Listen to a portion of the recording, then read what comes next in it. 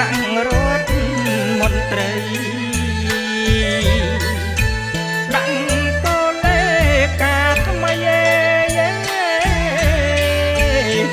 ដល់ថ្លៃថ្លា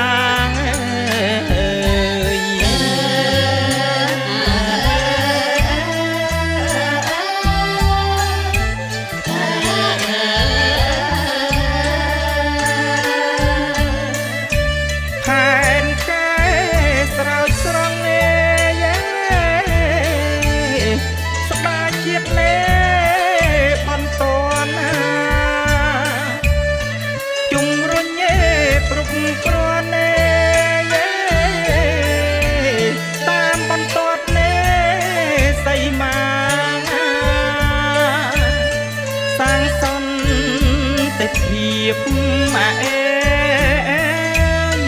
ជាពលការដងស្រាយបញ្ហា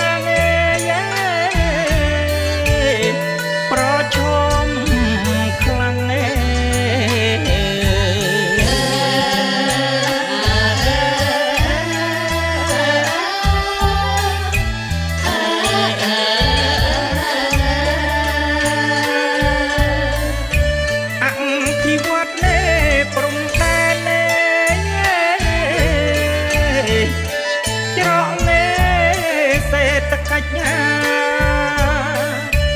ការផ្លាច់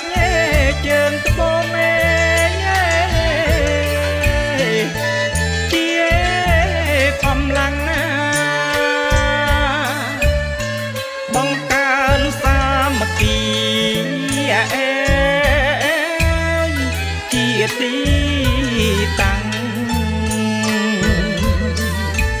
តនទុំប្រឆាំងភាពក្រីក្រ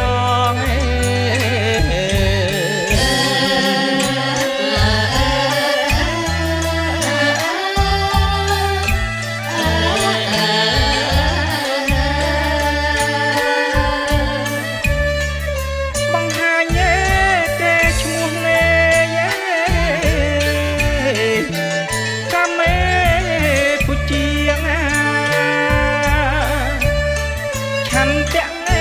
ពុំពីជាបន្តបែនដីត្រជាក់គ្រប់ភូមិមកសាងគេឈ្មោះល្អសសាថ្មី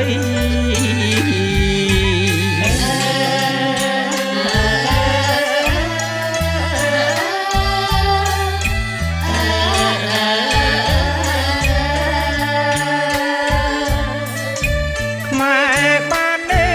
ឯកភាពមេជាងផ្លុំមួយ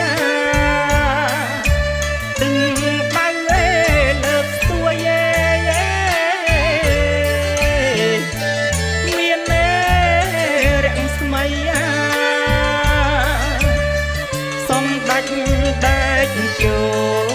លស្ថាបនិកល្បីជាតិស